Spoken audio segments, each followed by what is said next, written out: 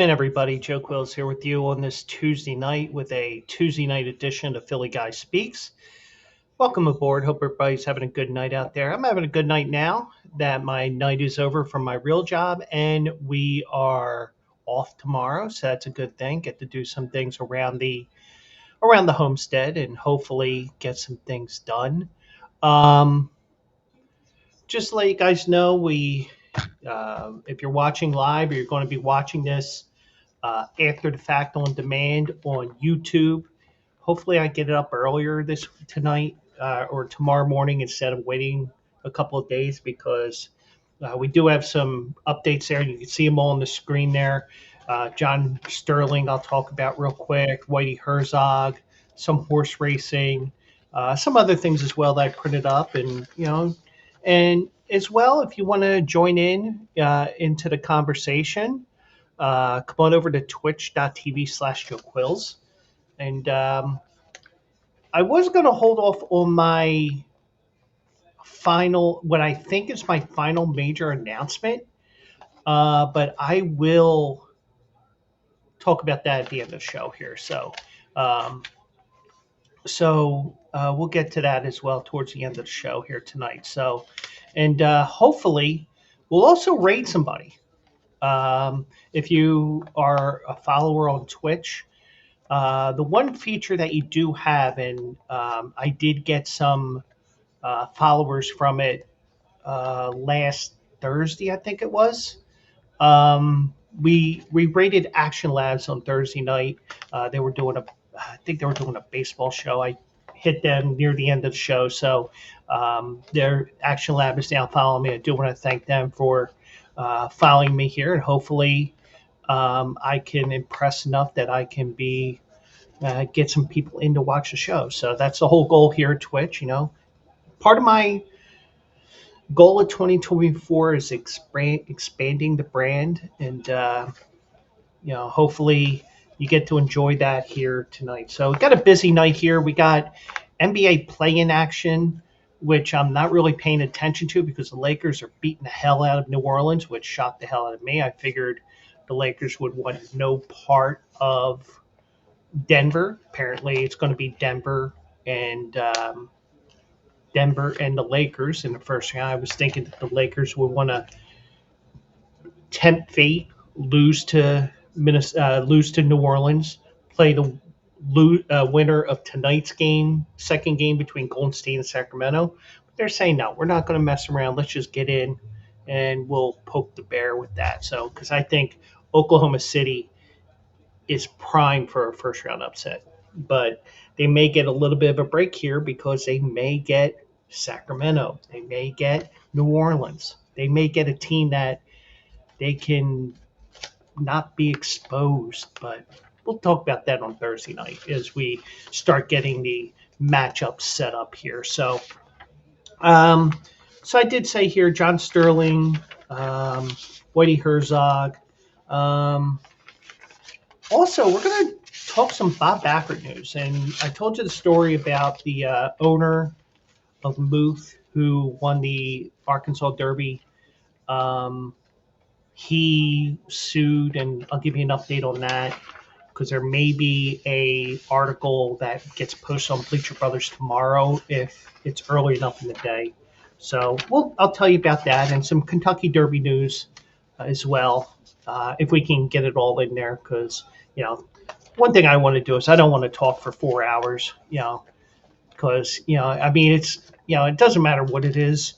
The most effective presentations, even in the business world, is under an hour. Now, I like to talk up to 2 hours, but I'll have to get used to shortening things up on Saturday because my initial show of Also Eligible, which will be available on the app 102.9 The Game, that'll be on there. It'll be on Bleacher Brothers. Everything will be on Bleacher Brothers. It's not going to be on this Twitch show. It's not going to be on this Twitch channel. It's going to be on BleacherBrothers.com. Well, if we can figure out how to do both in a couple of weeks, we'll do that. But with it being the first week, I just want to get my feet wet, tell you about some races, and we'll tell you more about that coming up as well. So let's get to it here tonight. And Saw this morning, and I saw that Whitey Herzog passed away. That was, I think it was this morning he passed away, but it was something that that broke this morning, I believe, and he passes away at the age of 92. And he had a gruff demeanor, but he had method to his madness, if you want to call it that. He was a Hall of Fame manager who guided the Cardinals to three pennants in the World Series.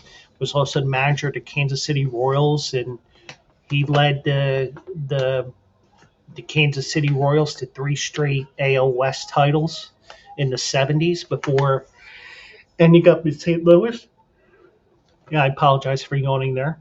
Um, and a nail biting strategy known as Whitey Ball. And I know that we could not have that name today because that would be termed racist, at least in my opinion. But, just a little thought about that. So, and by the way, I also had the Flyers game on. Flyers are 1-1 in third. They need a win in regulation and help from Montreal against Detroit, which is happening right now. Detroit's losing 4-3 in the third. So Flyers need some help here. But anyways, back to the story. Whitey Herzog passed away at the age of 92. And the one thing is, I knew about this before, but this was back in the 80s when he was managing the St. Louis Cardinals. The one thing he did, and now that I look at it, because everything now in Major League Baseball, if you think about it, what happens in baseball now is, oh, we got to hit home runs just like any other team. With analytics now, with analytics so prevalent in baseball, it's either a blast or a strikeout. It's either a home run or strikeout. And in a way, I kind of appreciate the Phillies struggling a little bit because you're trying to get um, a little bit of pop back in the lineup in terms of home runs, but you also got to do some situational hitting. Because the one thing I saw, like for example, with Kyle Schwarber, I did see that he was hitting line drives and not hitting a 5-run homer um, into South Jersey or anything like that.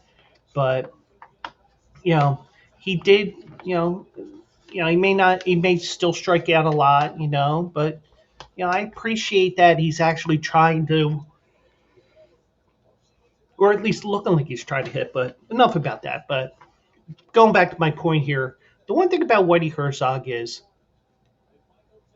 he didn't bow to the fact that, oh, we can't win at this field, so let's redo the dimensions and blah blah blah, because it was like 414 to center field at Old Bush Stadium at one time in the 80s. So, and back then the stadiums were built bigger. Um, but the only stadium that was really closing in their stadium was Yankee Stadium that I know of, and I'm probably wrong. And hey, you know, and the great thing about this chat tonight and any show that I do here at twitch.tv/Joe Quills, and eventually we will expand to YouTube and other options. You can say, "Hey, Joe, this stadium did it. This stadium did it," but most notably, one that moved their fences in was the old Yankee Stadium, and that was because you have the Yankee Hall of Fame.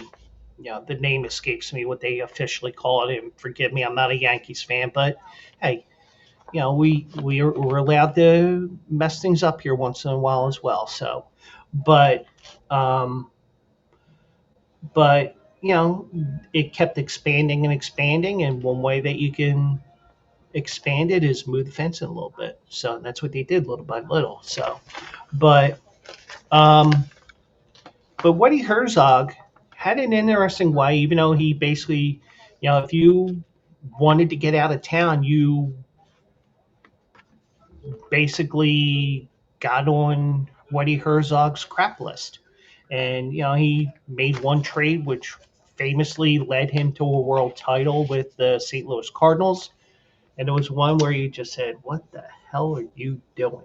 And I'll tell you about that as well as we go through this. So um, now he spent the last few days surrounded by his family. Um, and the statement released by the Cardinals was, Whitey spent the last few days surrounded by his family.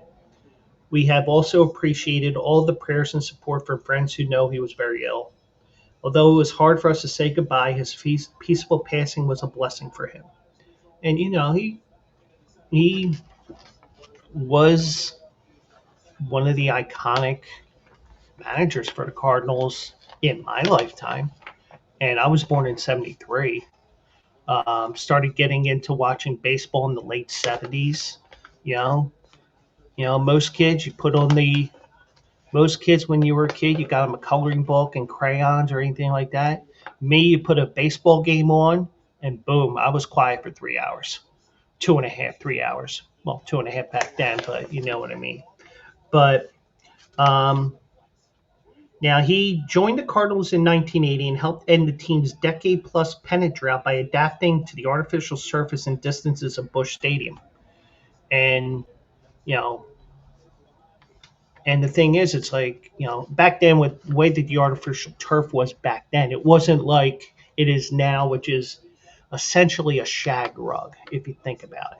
Because you do have what looks like grass a little bit, but some types of turf are thicker than others. They have the blades that are a little bit more and some that, but, um, um, but a typical Cardinals victory under Herzog, for the most part, was a low-scoring 1-1 game, sealed in the final innings by a bullpen by committee. Relievers who might be replaced after a single pitch or temporarily shifted to the outfield, then brought back to the mound. Maybe, I mean, I guess you can say, and if I'm wrong, so be it. You could always hit me up at Joe Quills on Twitter. You could basically say that in a way without the analytics, he was a Joe Madden type where he would have a pitcher in left field in the eighth inning, according to this, and let's switch him back in, something like that. It wasn't like a necessity thing, but it was like, hey, I do want to bring this guy back, that sort of thing. So, but he did do that. So some of the players that he did have, he had power hitters George Hendrick and Jack Clark. I remember George Hendrick because he wore the pants the way they wear the pants now, which was basically all the way down to the shoe, no stirrup socks showing. But now everybody wears them like that, except for those that want to wear the stirrup socks, which are basically just a colored sock depending on your team now. But um, but they mostly relied on the speed of resourcefulness of switch hitters Vince Coleman and Willie McGee. I remember those two. Vince Coleman stole like over 100 bases a couple of times. Willie McGee, he won a batting title. He won a batting title in the National League and finished up in the American League because he got traded to Oakland one year. He had Ozzie Smith, who was the wizard for more reasons than one with the defense. And he had effective starting pitchers such as John Tudor and Danny Cox, and relievers Todd Worrell, Ken Daly, and Jeff Lottie. And I believe the nickname for him, according to Chris Berman, was Jeff Lottie Da. And if not, it should have been. Now, the 92 champions, Herzog didn't bother rotating relievers because he didn't have to, because he had Hall of Fame closer Bruce Sutter to finish the job. I remember Bruce Sutter. He started with the I think he went Cubs, Cardinals, Braves, I believe, and he had a bunch of saves. He was the first real closer that I saw. Now there were closers beforehand, but nothing to that degree. But the Cardinals won pennants in '82, '85, and '87. They did win a World Series in '82 when they edged the Milwaukee Brewers in 7 games. Now they're division rivals. Herzog managed the Royals to division titles in 76 and 78, as I mentioned, losing to the Yankees.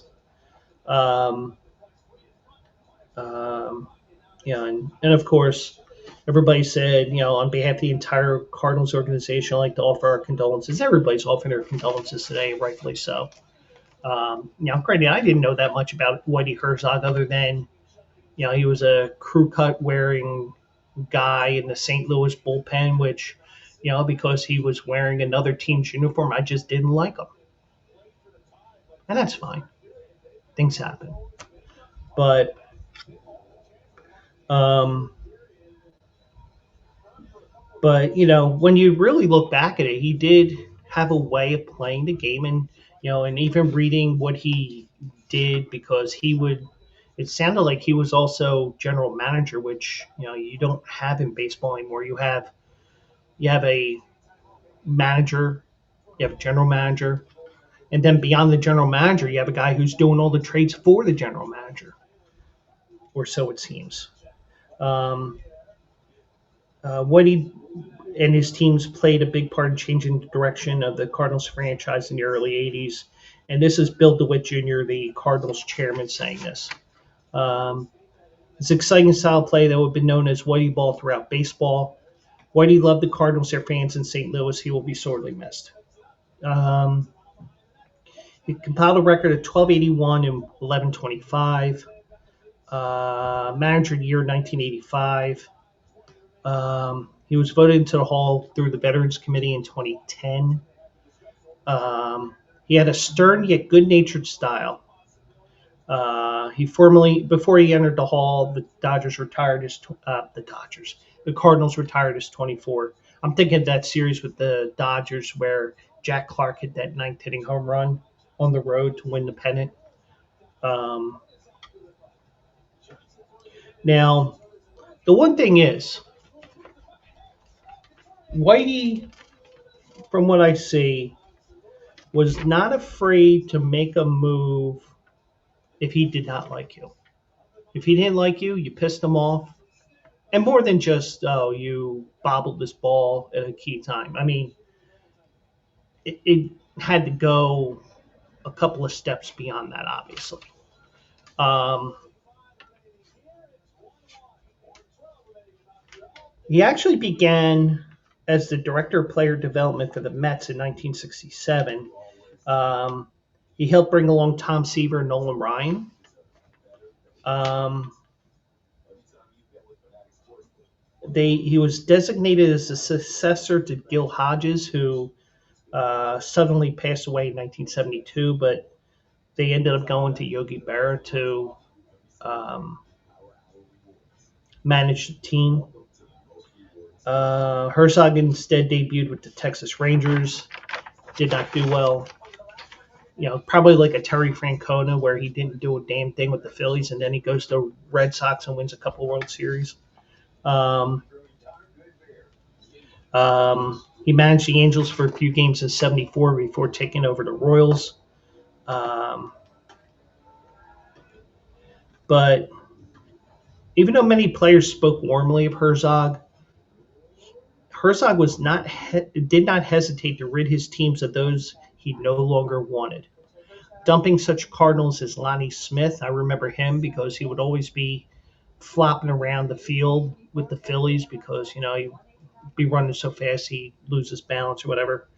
And he also got rid of Joaquin Andujar. Joaquin Andujar was a nut job anyway, um, but one trade that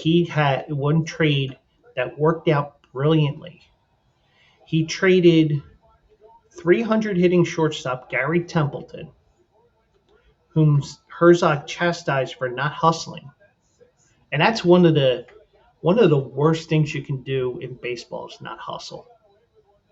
Unfortunately, with Philadelphia, we did not boo Jimmy Rollins because, oh my God, he said that we were going to win in 2007, and we did. And he won the MVP. So, oh my God, you can't talk bad about Jimmy Rollins. No, I'll talk bad about Jimmy Rollins because, a lot of people that watch games, they don't see some of the things that happen at the ballpark. And I've talked about that before. I won't get into it again, but he traded Gary Templeton for late hitting Ozzie Smith, now widely regarded as the best defensive shortstop in history. Now, he did have another deal which was not as successful. Um, Keith Hernandez, who we in Philadelphia know, Keith Hernandez bashed the Phillies a couple years ago. And oh, by the way, what happened to the Mets that year and what happened to the Phillies? Mets lost wild card round. Phillies made it to the World Series, I believe. But um,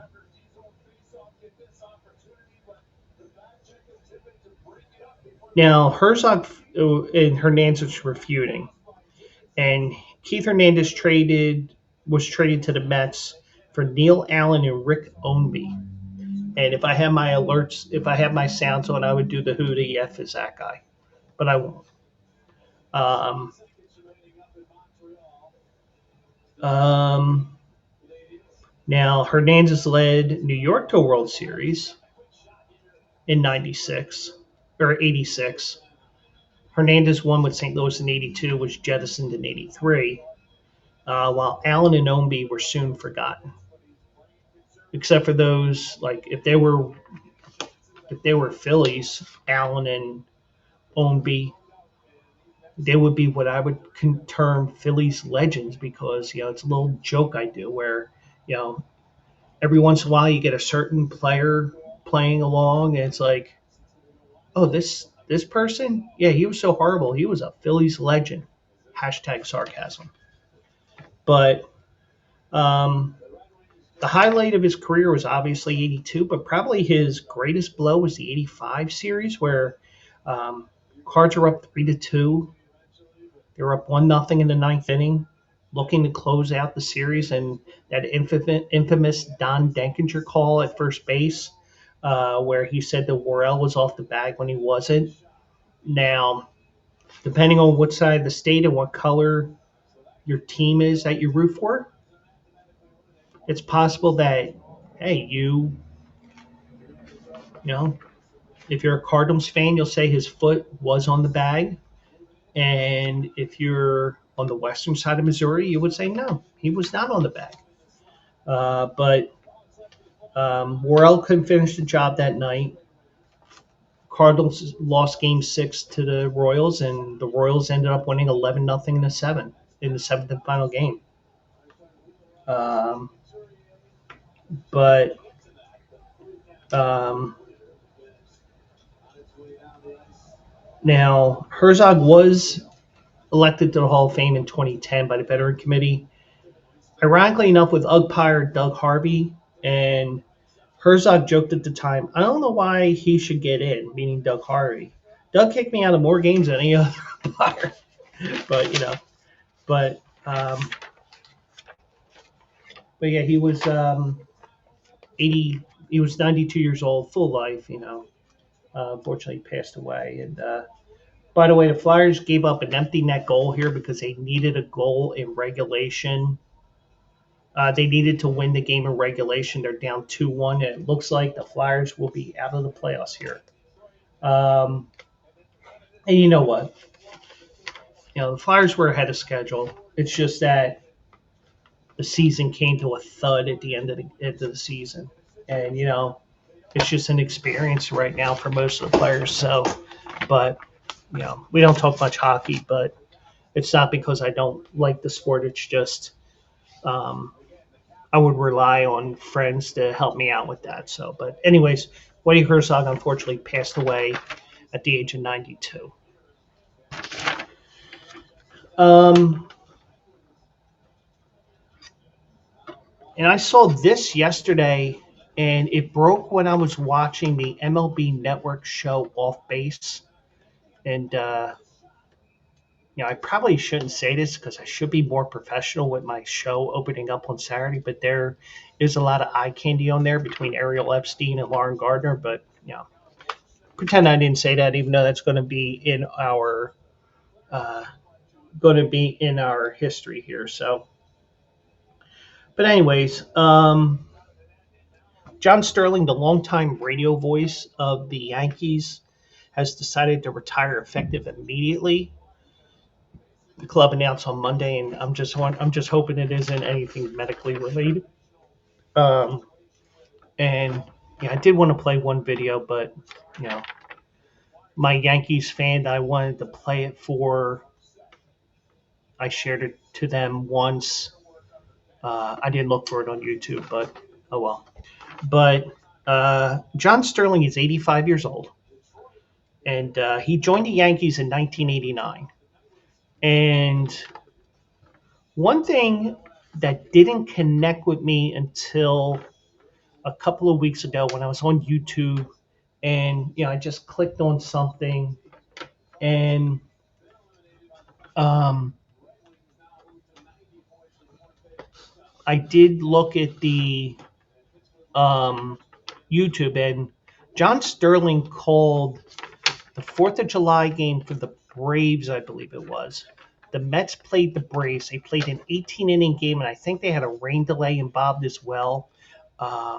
It was that crazy July 4th game where the game didn't end until almost 4 o'clock in the morning. Rick Camp hit a home run to extend the game even further. I mean, one of the craziest games you'll probably see in Major League Baseball. John Sterling apparently was on that call, and it didn't connect with me until a little while ago, but a couple of weeks ago. So, um, but um, but he joined in 1989. He called 5,420 regular season games and 211 Yankee games in the postseason.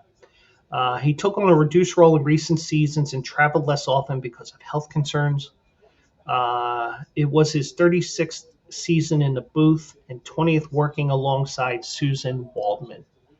Um, Sterling said in a statement, I'm a very blessed human being. I've been able to do what I wanted, broadcasting for 64 years, Bob.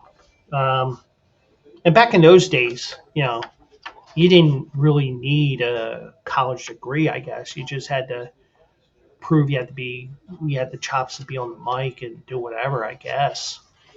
Now you need a degree on top of a degree and start off in, you know, low A, just like the Major League Baseball players do. Or you do something else, pay your dues. Um, as a little boy growing up in New York and as a Yankees fan, growing up in New York as a Yankees fan, I was able to broadcast the Yankees for 36 years. It's all to my benefit. I leave very, very happy. Um, he's known for his individualized home run calls, and they played a bunch of them on the Bleacher Brothers show tonight. Um, and his signature Yankees victory call. Sterling was in the booth for 5,060 consecutive games between September '89 and July 2019 when he missed a series with illness. Um, he was on air for 24 postseason trips, 7 World Series, and 5 titles. So, you expect an iconic voice with the New York Yankees, and he was that voice, even though a lot of people criticize his goofy home run calls that he had. And if I had the if I had the time today to play one or two, I would have pulled it up, but it's okay. Um, he worked the season opening road trip in Houston, Arizona, before calling the Yankees' first home series of the season. His final game will go down as an 8-3 Yankees win over the Toronto Blue Jays on April 7th. He's going to be recognized in a pregame ceremony on Saturday before visiting the radio booth during the game against the Tampa Bay Rays. So, congratulate him on an amazing career. Hopefully it's not medical related. I'm trying not to start anything, but it's a great career. Thankfully, he gets to retire as opposed to, for example, Harry Kalas. And, last week, I believe it was. It was the anniversary of his passing, and I remember I was at work, and yeah, I had Twitter up, and I had just gotten Twitter a little while before that. You know, back when we were able to get on social media at work, and I was like, Harry Kaus got rushed to the hospital, and then a couple hours later, it's like, oh, he passed away. He passed away, that sort of thing. Um, but it's you know, but hopefully he has a hopefully he gets to enjoy retirement.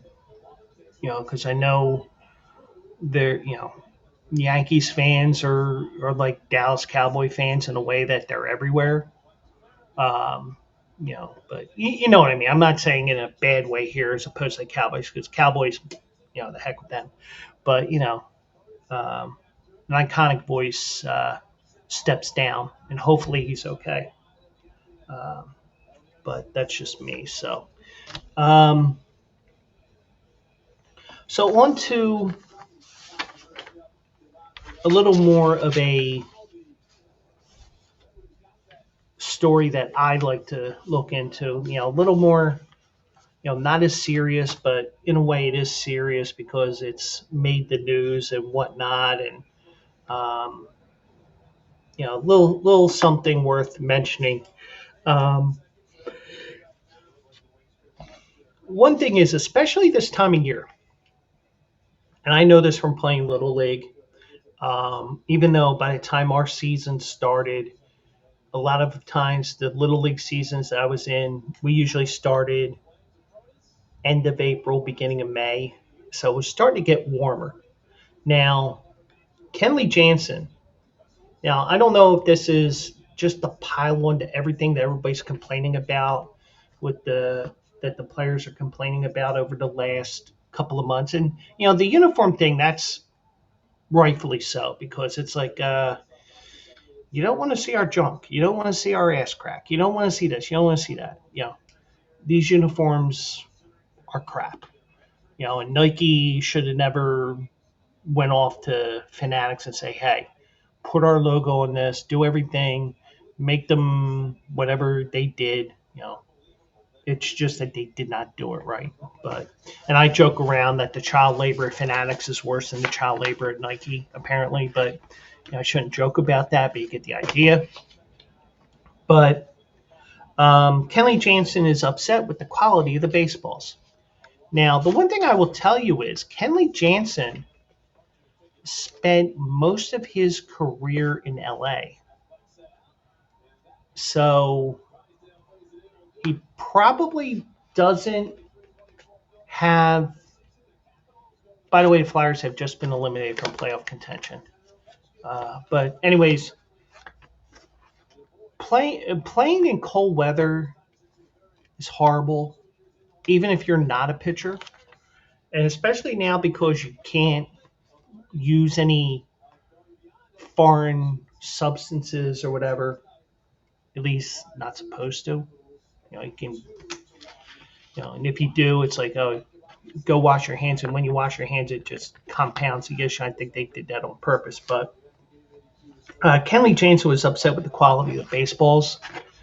And he said, I got to get better. But also, if you're playing in the cold weather, windy, and you get pearls balls out there, that's what he says here. It's what they're saying in this article. And they're not rubbed well, I don't know where the ball's going. Okay, well, I understand that. But the thing is, and I've been saying this for the last couple of years, and every time I go to a game, I'm usually joking around with people anyway. So, it's, my attempt at what I want to look at, doesn't necessarily happen. The one thing I want to look at when I look at the game, I want to look and see, are the pitchers, when they get the ball and are about to go from 10 feet in front of the mound to 5 feet behind it to actually being on the rubber, do they actually rub the ball down like they used to, like this? Because I remember when I was in Little League, I didn't know what the hell I was doing, but I still did it because, hey, Steve Carlton's doing it, Dick Ruthven's doing it, Tug McGraw's doing it. Insert your favorite pitcher here in the 80s was doing it. I'll do it and I'll look cool doing it. So that's what I did. And also with the way that TV is now, I really don't see it as much, but you don't see it much at home because, you got to get the guy walking to the plate and make sure you get him walking to the plate and, oh, we got to get a look at third base here. We got to look at that. You know, I don't know if they're actually rubbing the baseballs down right before they step them out. And also, if you think about it, they also have the pitch clock now. So, it used to be you had an unlimited amount of time, even though I did tell you last week that that pitch clock has essentially been ruled since the 1950s, but it wasn't strictly enforced until last season because, you know, we got the technology. Let's put a clock here on the first base side by the batters by the on deck circle, and we'll put one on the third base side. You can't miss it because there's about 5 or 6 different clocks that count down 2 minutes and 15 seconds for between innings, counting down 30 seconds between batters, 18 seconds between pitches, that sort of thing. You see that no matter. I mean, it's the whole game, and you know and like at least from when I was listening to the Dan Patrick show last week, and ironically, it was a day that I was off work, and it was a day that ended up being a date that I was streaming. So everything fell into place. I think it was last Tuesday's show. It basically told you that, you know, umpires chose not to enforce the rules. And MLB would put a different wording to the rule. Umpires would do it for like a month and then they wouldn't do it again. It's kind of like telling your kid, don't do that. You can't do that because of this. And then a month later you see your kid doing it again. Well, why'd you do that? Don't you know I told you not to do that? Well, you're punished for a week or blah blah blah, whatever. But um I understand Jansen's complaint, but the thing is, he doesn't have much experience playing in cold weather, obviously. And I think also the pitch clock, also because of the fact that I really don't see pitchers roughing up baseballs anymore. I really don't. And maybe part of it was I can't rub these balls down. And I'm glad nobody's here because I'm sure somebody would have clipped that. They could have said, guess what? We can, I will get that residue all over the ball, and especially if it's a road game, the the home team who supplies the baseballs, they'll say, "Hey, look at this baseball; it's all extra sticky and stuff."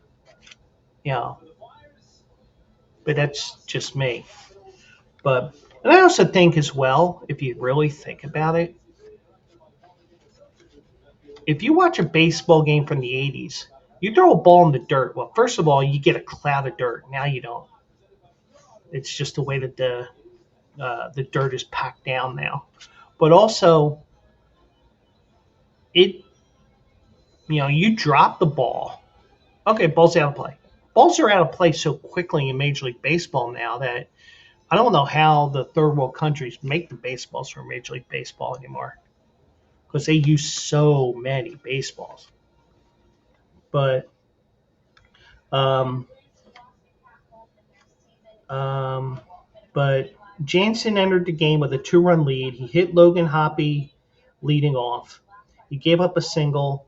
a walk, an Anthony Rendon sacrifice fly before striking out Luis Rengifo, and Mike Trout gave him his 4 saves and 4 chances. So, you know, maybe you can say it's the weather, that time of the year, and all that, but I don't know. But he did say, I don't hit guys, I don't walk people this much. And I'm starting to get frustrated. Any balls that come, I just throw it back till I find a good ball, and it's just brutal. He also said that the bullpen balls were better than the rub balls, were better rubbed than the game balls. And probably those bullpen balls were probably game balls at one point, got taken out of the game. You know, ball goes into the dirt, ball gets hit in the play, ball goes into the outfield, you know, something like that. It's like, oh, we can't have this ball because it has the slightest discoloration. You know, that's probably why those balls are probably uh, easier to use because they've probably been used a lot more. They've probably been, they probably, you know, like, like I used to love a real roughed up baseball when I was throwing, like, just for pregame stuff because, you can get the feel of the ball, even though you're going to be using a brand new baseball when that game starts. But um, it's been a while since I've been playing this league, and from the beginning of my career till now, it's just getting worse. It's embarrassing. But sometimes I just wonder if it's somewhat the um, some of the thoughts that I have about um, actually roughing the baseballs up a little bit on your own. But um, Jansen says it's been an issue the whole year. I've been talking to a lot of my teammates, and they feel the same way. First pitch got out of my hand. I don't know where it's going. Second pitch, same thing. I tried to pull it down the middle, it just kept going down. It's tough trying to make an adjustment. Also, you have the clock ticking, and I can kind of argue the pitch clock because of my argument of pitchers not roughing baseballs up like they used to, but that's just me. But um,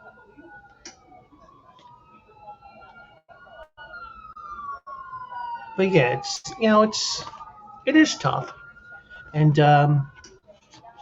sometimes it does happen that way, and you know, but I guarantee if he's complaining about this in June, where you can grip balls a little bit better, they don't feel like they're made of metal, for lack of, I mean, probably the best way I can describe it.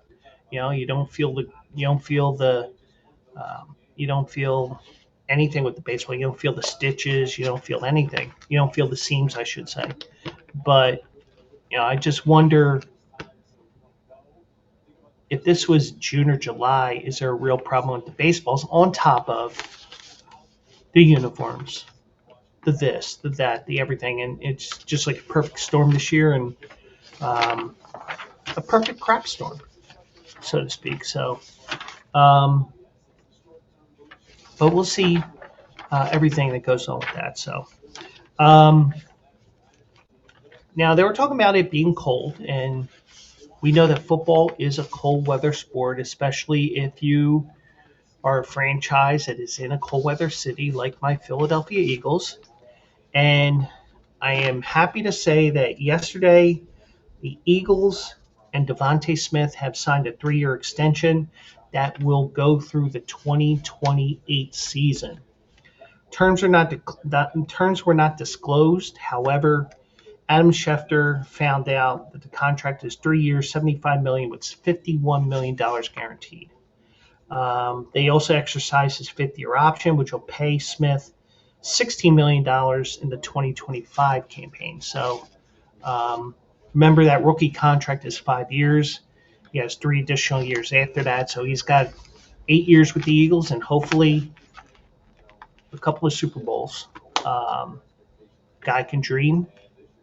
A guy that almost had a heart attack over here a couple of years ago when the Eagles won Super Bowl 52. I can dream again. hopefully, if there's another Super Bowl for the Eagles that ends up being a win, it's not one where my heart's pumping out my chest or anything like that. But you get the idea. But um, so Smith becomes the fifth receiver with an NFL contract, averaging 25 million or more per season for a wide receiver. Tyreek Hill, 30 million. Devontae Adams, 28. Cooper Kupp, 26.7. And AJ Brown also makes 25 million. So, and Howie Roseman is a master with the salary cap. And the one thing I will tell you about Howie Roseman is he's gotten better with his draft picks over the last couple of years because he's had quite a few no-brainers over the last couple of years. DeVonta Smith, for example, but and he's also the master of the trade, bringing AJ Brown here. Um, you know, Jay Ajayi, the Super Bowl year. It's like when the Eagles are good, it's like, why the hell is your team trading with Howie Roseman? He's going to fleece the crap out of you. But I just laugh as well because I'm an Eagles fan. But Smith had 240 catches for 3,178 yards and 19 touchdowns over 3 seasons. Now, the Eagles had until May 2nd to exercise the fifth-year option. The Eagles do have a history of locking in foundational players as early as possible, in part because they know the price tag will only go up. So they're basically saying your loyalty is key, but you're in the ballpark, but we're not going to we're not going to raise the bar too much above. And Howie Roseman is pretty much a genius with this, and hopefully, um, hopefully that's a good sign, and hopefully with the right guys, the right core players, hopefully you do get um, better you get a better chance at winning a Super Bowl this year. And I'm standing up here, and I apologize for that. Apparently, New Orleans made it a game, but the Lakers hit a key jumper there. They're up 104 to 100, I believe. So it looks like the Lakers are going to hold on. I turned it off because I was watching the Flyers game, but try to make that a little clearer for you guys. But so DeVonta Smith is going to be in the Eagles' nest for 4 more years. 4 more years. 4 more years. I'm sorry. I better watch or people think I'm getting political. Anyways, I do have an update for the Bob Baffert case. And I call it the Bob Baffert case, but it's not the Bob Baffert case. It's actually one of his owner, Amir Zedan, trying to get an injunction to get his horse Muth in the Kentucky Derby, which would allow 2 other horses in the Derby and also allow horses into the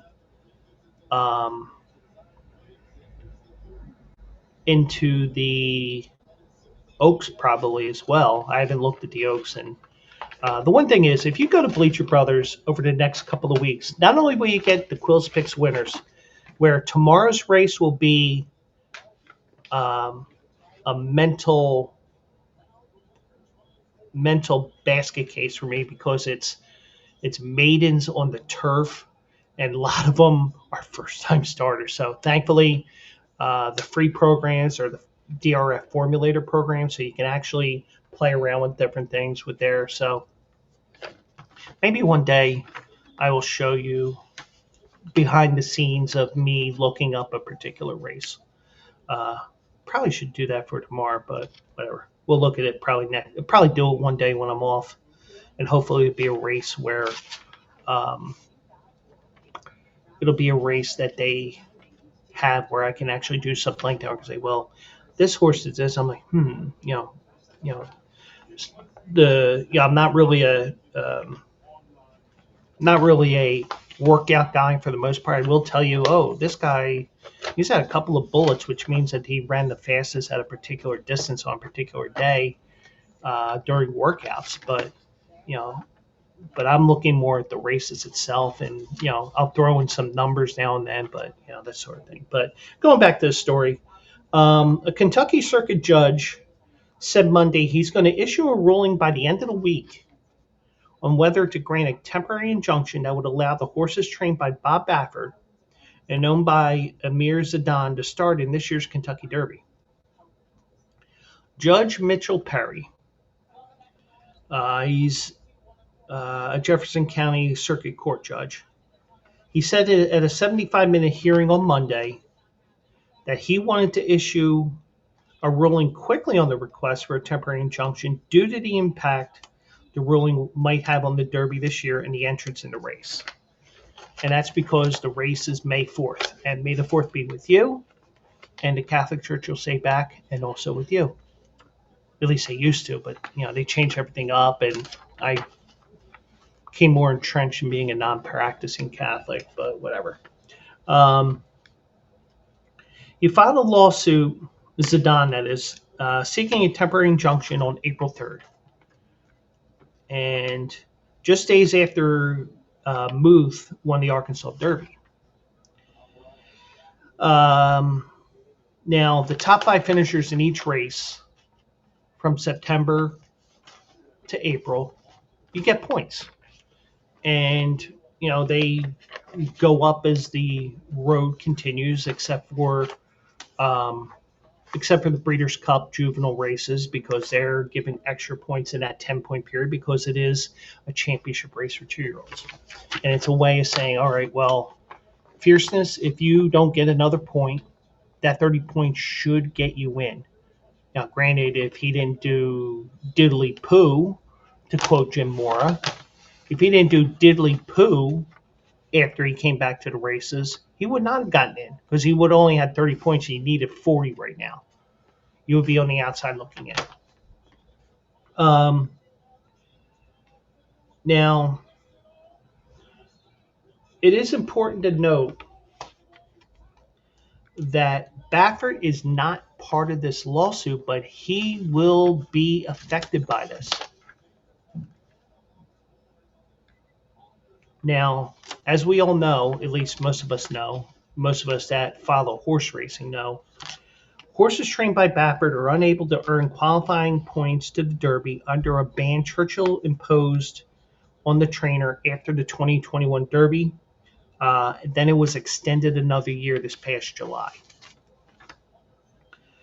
Perry said, the judge, he said he's likely to rule as early as Wednesday afternoon. So I'm going to be keeping an eye on Daily Racing Form, on ESPN, whatever, because I'm sure if Baffert is allowed in, ESPN's going to break through, and they're going to send a news alert.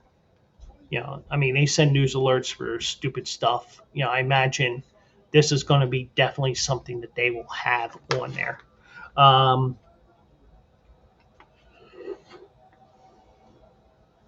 But the judge did say at the close of the hearing that he wanted the Kentucky Attorney General's office to issue an opinion or discuss with the court whether the lawsuit filed by Zedan violates a statute approved by the state legislature seeking to curb frivolous lawsuits. Now, I don't think, you can say what you want. I don't think this is frivolous. And the reason why I say no is because even though you could argue, and they did argue this, that he knew what he was getting into when his horse was assigned to Baffert, for lack of a better term, he knew what was going on. He knew Baffert would. I think he knew that Baffert got extended another year, mainly because of the statement he had on Fox before the Belmont, for example. So he did kind of Um, he did kind of tell everybody about that, but um, um, now Perry's going to ask the Attorney General's office to provide that guidance at a 1:30 hearing on Wednesday. Now, I don't think it's frivolous because even though Baffert isn't directly involved, he is involved because he isn't giving. He doesn't have his lawyers involved, but Zedan's lawyers are. And I don't know if they, and the way things are, you never know. You might have Zedan's lawyer working, may also represent, might represent Baffert, um, but it's interesting that he's asking the Attorney General's office for guidance here. Um, Now, I don't know if this guy knows horse racing or not. I imagine he does because he's in Kentucky and he's in Louisville. Perry spent much of Monday's hearing drilling attorneys for Zedan on why the owner waited to file his request for a temporary injunction until April, when it is known that Baffert has been banned through the 2024 Derby back in July of last year. Here's the reason why. And of course, I can imagine the judge that is hearing this case, hearing this suit, he's probably asking the same question 15 times and making sure you get the same answer 14 out of 15 at least, and probably 15 out of 15. But I will say this. Now, I apologize for yawning as much as I am tonight. Apparently, the caffeine is wearing off right now. My opinion is this. It doesn't matter if you have a horse like Muth, who has the potential of winning one of the Triple Crown races at least, or if not one of the Triple Crown races, maybe the big race at Saratoga. Why is that name escaping me? Not the Belmont. That's something different. Why is that name escaping me? Damn it. The Summer Derby. What is it called? I'm drawing a blank here, and I apologize.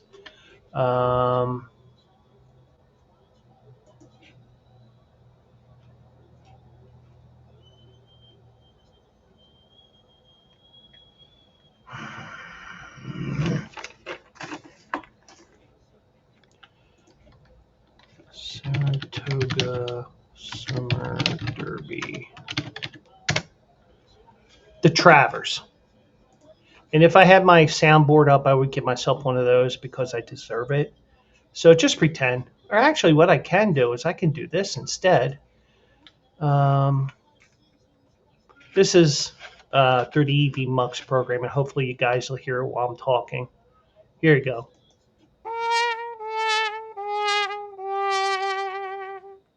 I deserve it. But anyways, the Travers, that's a major race. It's one of the top 5 races for 3-year-olds all year. Belmont, Preakness, Kentucky Derby, Travers. If you want to throw the Haskell in there, you can. I'll tell you the Pennsylvania Derby, even though that's not the case. Even though Pennsylvania Derby is perfectly set up for a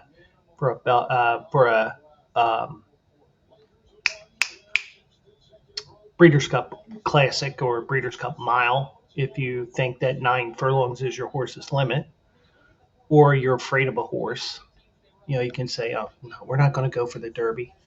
We're not going to go for the Classic. We'll go for the Dirt Mile." Even though it's not, but you get the idea. But some questions, it makes. I mean, the way this article read from the Daily Race Score, it makes you think: does this guy really know horse racing? Even though he's in Kentucky. I mean, if he was in, you know, Washington State, because I may go to Emerald Downs next month over Memorial Day. Um,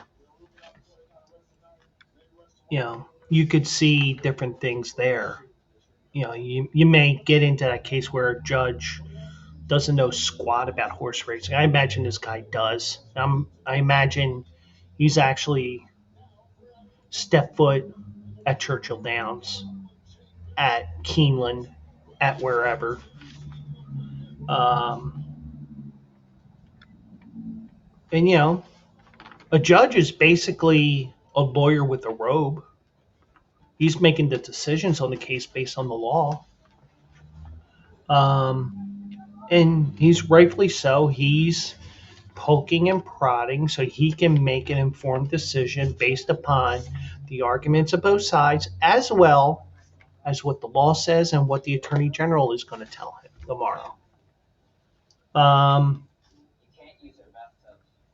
And the reason why you don't file this until April is, how many horses, and if I had a horse racing expert on right now, guarantee you somebody would say many. How many horses did you pay millions of dollars for and did not do squat? You retired him after 5, 6 races because he was so horrible it wasn't even worth running him. Or, I mean, that's more in the case of a female horse, because I've seen that a lot of times with these pedigrees and stuff that I look at just for trying to get a read on some horses with wet tracks and turf and stuff like that. But also sometimes, and also you get those cheap horses that fall through the crack, so to speak. And, let's use the finger quotes for those that are watching. Cheap. And that's a great thing about horse racing as well as everything else. As long as you have that thoroughbred pedigree, sometimes you outrun the pedigree in a positive sense and you end up winning the Kentucky Derby. Silver Charm or Real Quiet was that way. I think more Silver Charm, but just off the top of my head. And then you get these regally bred horses that just do not want to run or just cannot run for whatever reason. Like, for example, I'll give you a horse that, if you were looking at the breeding, legendary horse Cigar. He ran through his 5-year-old season. Originally, they thought, he's bred for the grass. Let's run him there. Was not taken to the turf, despite his pedigree. Goes to the dirt, wins 16 races in a row. Won the Breeders' Cup Classic in New York. Started traveling around the country and the world. Was the first winner of the Dubai World Cup race. You could, it isn't set. I mean, the great thing is with Mother Nature and science and everything else and breeding and, you may breed for grass, but you end up with a dirt horse or vice versa. Sometimes things happen where it's like, turf isn't working. Let's try him on the dirt. Runs off the screen and wins by 20 lengths. And it's like, I guess we got a dirt horse here. That sort of thing happens all the time. That's a great thing. I mean, it doesn't matter if it's humans or horses or anything like that. As much as even when it comes to a horse racing program, it's a puzzle to me. It's a mental puzzle. It's just that it's a mental puzzle that I may occasionally plunk a few dollars on. And, if I win, it's like, okay, I solved that puzzle. Or I solved this 3-part puzzle called a pick 3, or this 4-part puzzle, a pick 4, or this 6-part puzzle, a pick 6. Sometimes you can solve the puzzle, most times you cannot in terms of whatever, and it's okay. It's all about money management and, 1-800-GAMBLER if you have a gambling problem. I prefer to use in more our terms of, bet within your means, blah, blah, blah, whatever. Um, but the thing is, as I go off on tangent after tangent after tangent, I had to be wary of that when my show starts on Saturday because I only got an hour. That's partially because 10 o'clock, I have to start work 11:30. Gives me that half an hour buffer. But not Michael Buffer, by the way, or Bruce Buffer, either one. Um, and my point is, why waste the resources on your horse to potentially get into Kentucky Derby? Because you never know. Because Muth may have been a horse that ends up on the turf instead and doesn't get even close to the Derby. But he won in Arkansas. He won a couple of races in Santa Anita. He was third in the Breeders' Cup Juvenile. So he actually accrued, I think it was 136 points, which I think was second to Sierra Leone. And by the way, if you're on Bleacher Brothers earlier tonight, off the top of my head, I gave 2 picks right now. And, since we are still 15, 16, 17 days away from the Derby, I'm going to be changing my pick probably about 25 times. The 2 horses I like right now are Sierra Leone and Encino. I'm leaning more toward Encino right now because he doesn't need to lead. He doesn't need to be all the way at the back of the field. He can be forwardly placed. You can strategically place him along the field, and then, but that's something we still have two and a half weeks for. And also, if you go to Bleacher Brothers, I will start giving you my thoughts on each of the horses that are in the field and the horses that are on the outside looking in as well. And I'm going to start working on that tomorrow. So hopefully that'll start getting posted as well. But you may have a horse that's a total dud on the track, and not only are you wasting money on your horse, you're wasting your money on a lawsuit, which would then become more frivolous because your horse is not going to be in the Derby. At least this horse has a chance. And why not take your chance at trying to get your horse in? What's the worst thing that happens? Because this guy is rich beyond belief. Oh, I just threw away however many $1 million. Well, I'm going to make it in whatever with how I make my money. And we can go to the Preakness if they allow us there based on what I'm about to mention here. One of Zedan's attorneys responded that the issues were not legally ripe until Muth had qualified for the Derby. Rightfully so. And that's the point that I have here. Because you don't know what you have until you go through this whole process.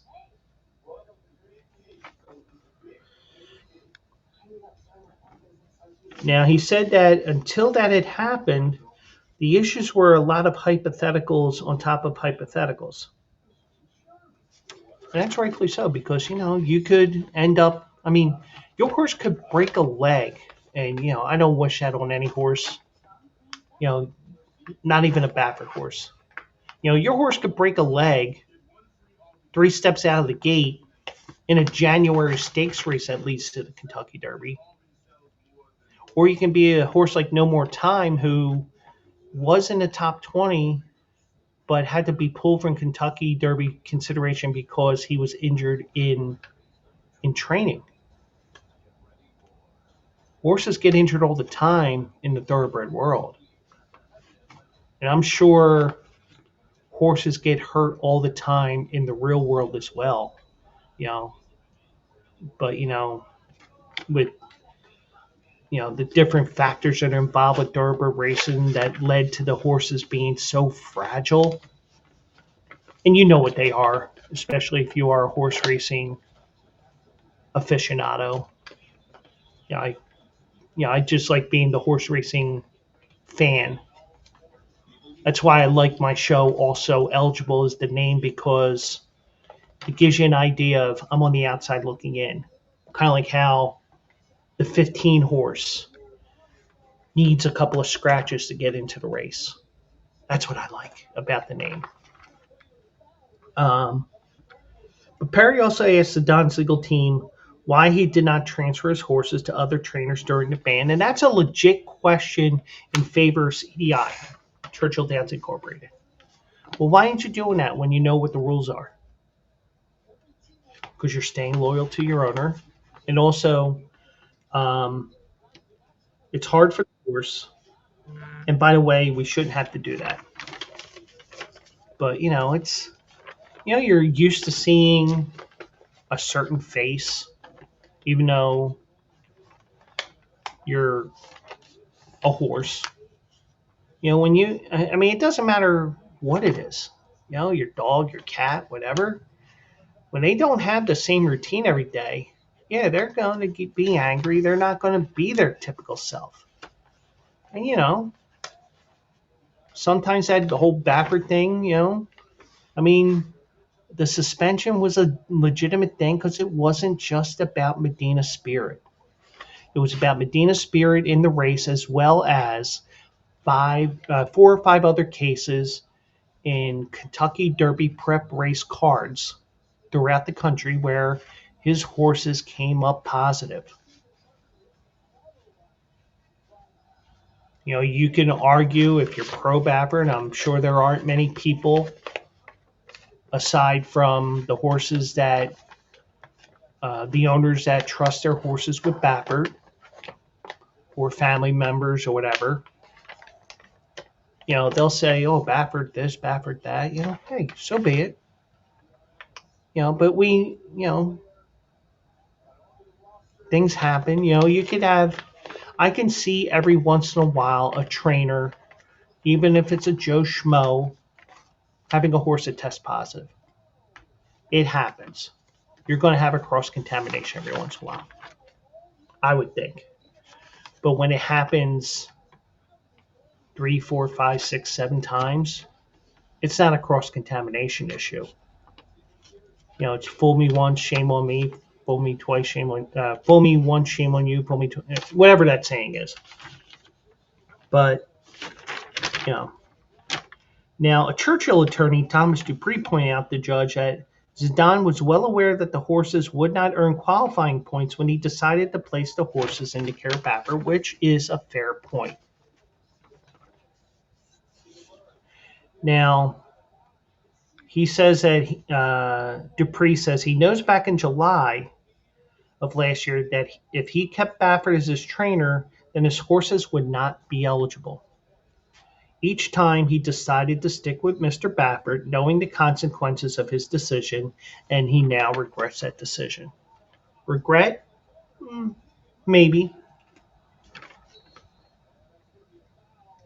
But, you don't know what you got until you reach March, because it took 40 points to get into the Kentucky Derby as of right now.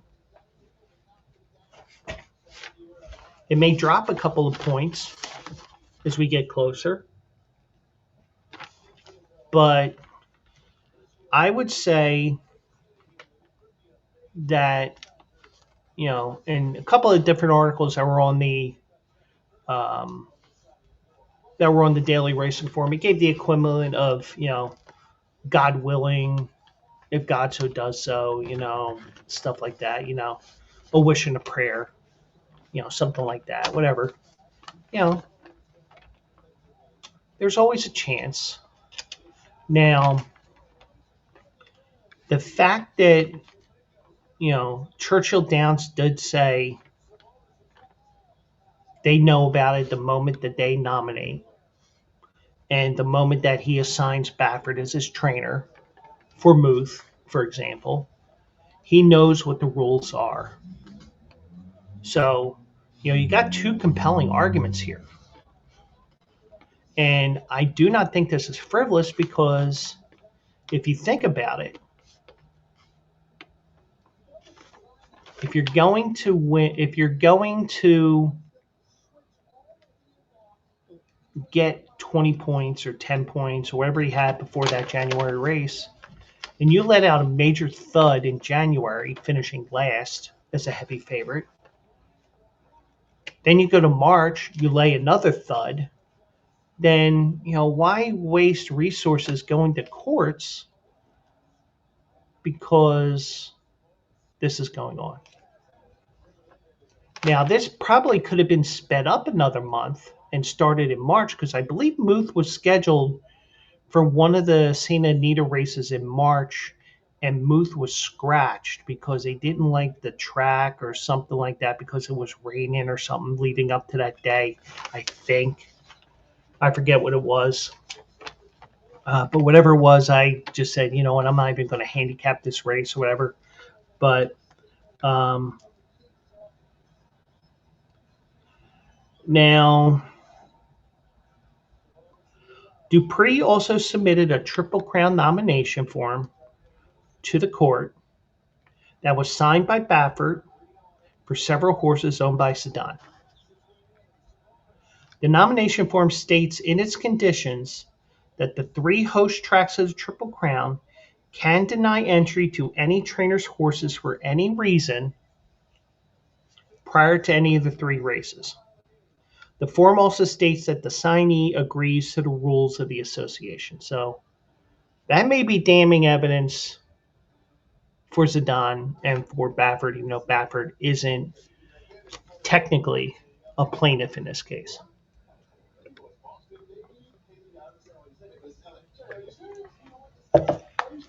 But my point that I had last week, they said that they gave him in writing the terms of the suspension. I wonder if that was brought up in this court case. Because I'm sure, you gotta, and the one thing is, I know from my union experience, you want that suspension in writing. Because technically, if you don't give it in writing, you can win a case, even though, like, for example, with the union that I'm in and the job that I have, a lot of times management just kicks the can down the road because I'm not handling this. Yeah, you might have you may have a case here, but let's go to the next step. Let's go to arbitration, stuff like that. And every step union-wise has a time frame involved through the collective bargaining agreement. So you do have all that. So Dupree also said that granting a temporary injunction would create harm to other entrants in the Derby. If it is granted, 3 horses trained by Baffert could potentially enter the race, which could push 3 horses out, and rightfully so. I mean, you can argue. I mean, it's just like a lot of these other things that go on. You can argue for, you can argue against.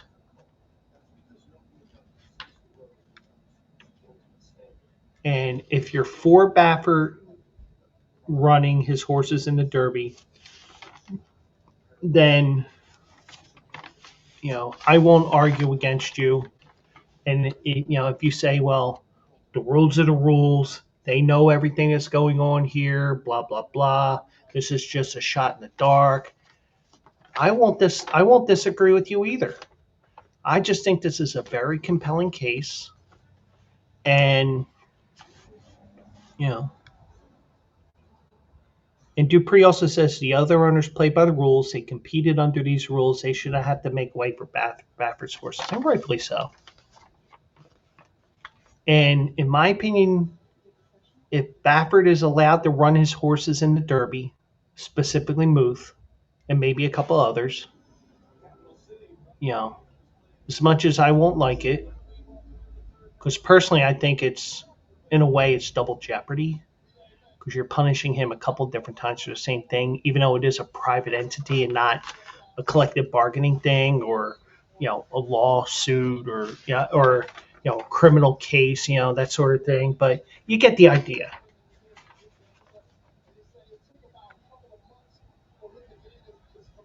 But I mean, this isn't the first time Baffert's tried to get his ban removed. Last year, Baffert sought a similar temporary injunction in federal court, but the judge in this case issued a summary judgment for Churchill Downs and denied any relief sought by Baffert, citing Churchill's common law rights to exclude. And that was part of the case because it was like, well, they're, whatever their argument was, they're a government, they're not a private business. Oh yes, they are. It's just like me. If I wanted to run a store and I just don't like you for whatever reason, I have a funny feeling that you're bad news to my business, I could just say take a hike. You know, I could tell you, I could do that. Oh, what's your reason? I'm a private business. I can do what I want. But the problem is with the way things are, especially in a big city like Philadelphia, you got to be careful you don't get shot because somebody's pissed off and they're nuts. But um, but in that case as well, the judge in that case, whose name is not listed, chided Baffert's attorney for seeking the restraining order as an immediate run up to the Derby. But here's the thing: the owner's doing it this time, and that is basically, you could say, oh, he's just doing it for Baffert. Hey, he wants his horse to run, even though he knew the rules. And you can argue both ways on this, and I won't, I will say, yeah, I agree with you because, I'm listening to both sides. I'm glad I'm not a judge because I don't have to make the decision. But I don't think it's a frivolous lawsuit either. But, you know, I'm sure everybody will have an opinion on that. And, and if you're watching the video after the fact, right there, all the information is there on the left-hand side. BleacherBrothers.com is the website where you can see my articles, Quills Picks Winners, and the additional stuff I'm going to be doing over the next couple of weeks. Joe at BleacherBrothers.com is the email, and I'm located in Philadelphia, Pennsylvania, the city of brotherly love. And screw that sisterly affection because it's not Philadelphia sister something or other. It's Philadelphia. But anyways, one final story here, and it's also a horse racing related story because giving you an idea of what to expect on Also Eligible, which begins Saturday morning at 10 a.m. Eastern, 7 a.m. Pacific. And my ass is going to have to get to bed early on Friday night. I probably won't be able to sleep because I'm so excited about this show starting and the potential of other things that could happen over time. But one thing is that the Kentucky Derby does over the last couple of years is they've had a couple of different roads to the Kentucky Derby. Now, the typical year is 20 horses, and the top 20 horses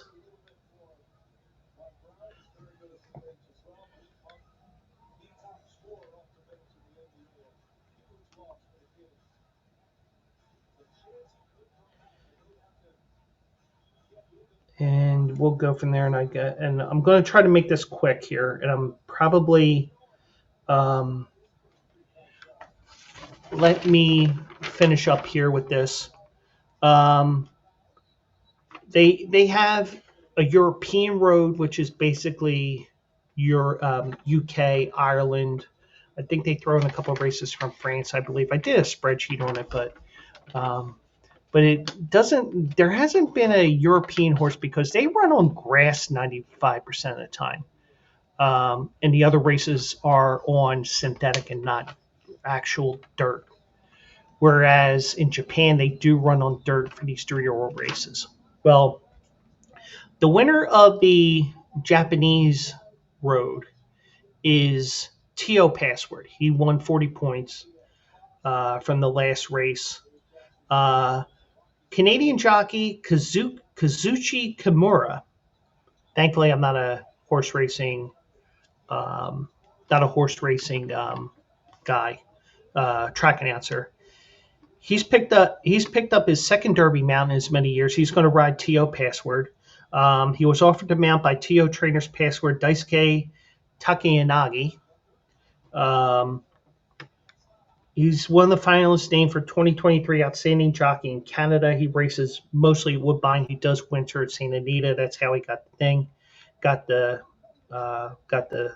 case here. So, but he's only had 2 starts, which is least experience. And the one thing I said on Bleacher Brothers tonight is he won a 16 runner maiden race in January. And one thing I like to play is horses that are running in much fewer horses after running in a 15, 20. I've actually seen races in England where they've had 30, 35, 40 horses running. So, fields with these massive distances that Europe, but January, and he wired the Fukuru state. I haven't been able to find any videos. My initial TVG. His name, no races. I was like, ugh. So I gotta, because that'll be part of my 25 horse article that I'm going to have. Articles, and he's a speed horse I could further. So that gives you a preview of some of the things I'm on 10 a.m. And just to let you guys know, any news that is worthy of mentioning, I will have that at the beginning of the show. Handicapping portion. I'm looking at 4 races. The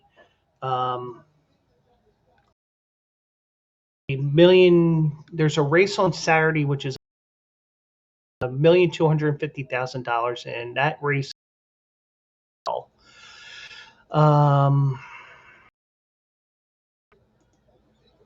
Saturday is Oaklawn Handicap, a 1.5 mile race for older horses, $150,000. I'm definitely going to look at. I'm leaning towards the Tessio, which is for the Preakness. I know it's a little weird after all the Preakness preps, because that is does get a spot in the, I should say he or she, because you never know, a female may win. And we'll look at the Illinois Derby for a 6-year hiatus. They brought it back. It will be back this a $200,000 race at Hall, a 1.8 on the dirt, and I believe for the Preakness, I don't think it's a win and you're in for that. But get into the Paige McKenney, and the reason why that is a big race to us here at Bleacher horse is running in the 10th race, and before we even get into the pair, I'm a little concerned because he's 128 pounds, carrying some extra weight there. All these horses are going to be carrying a lot of weight, so like the way handicap races are, it's like weigh the horses down so you can get as close as possible. Even though we know we ain't going to have a 10 horse photo because there's 13 horses entered. But I got the correct in saying that um, we got things to do. But at that race, I'll definitely look at that race on Monday, and hope our boy Uncle Ernie can win again. And maybe this time I can put a couple of bucks on him. So we'll see what happens with that as well. So that's a preview of Saturday. We still have a show on Thursday, and my big news is the name The Philly Guy Speaks will be retired next Thursday, which will be the 25th. On April 30th, there's going to be a new name. It's going to be called The Joe Quill Show. And I discussed it even with AJ on his show tonight. I said, I did talk about it before. The reason why is because I don't always talk about Philly sports, and it is a bit misleading because it is. I'm more than just Philly sports, even though I do like to start Philly sports and work my way out, or vice versa. Sometimes it doesn't work that way, but the one thing is, it's just going to be a new name. It's going to be the same stuff, different day. And congratulations to me because I went the whole show without cursing. So pat myself on the back for that. And we'll, you know, April 30th will be the newly named Joe Quill Show, and it's all part of the branding. And now every single thing I will do going forward will be Joe Quills, and we will be on YouTube at Joe Quills eventually with my Tuesday and Thursday streams, and the Saturday streams will be on Bleacher Brothers at 10 a.m. Eastern for also eligible. And first couple of shows, I'll just be getting my feet wet, and I think over time I am going to have interviews on there as well. So, but I am going to call it a night. I said I was going to raid somebody. I'm going to cancel those plans because I do have to get something done here. So I do want to thank everybody for joining me, whether it's live or even after the fact, because I will tell you one thing. I appreciate each and every one of you that takes the time to listen and watch this, whether it's live, tape delay, whatever. You get the idea. So do want to thank everybody. And we have 3 more shows of the Philly Guy Speaks, and then starting April 30th, the show will then be known as the Joe Quill Show. And thank you once again. I need a witty closing phrase here for Saturday or next month or whatever, but do want to thank you all, and we will catch you Thursday night at 9 p.m. Eastern for another edition of the Philly Guy Speaks. Good night, everybody.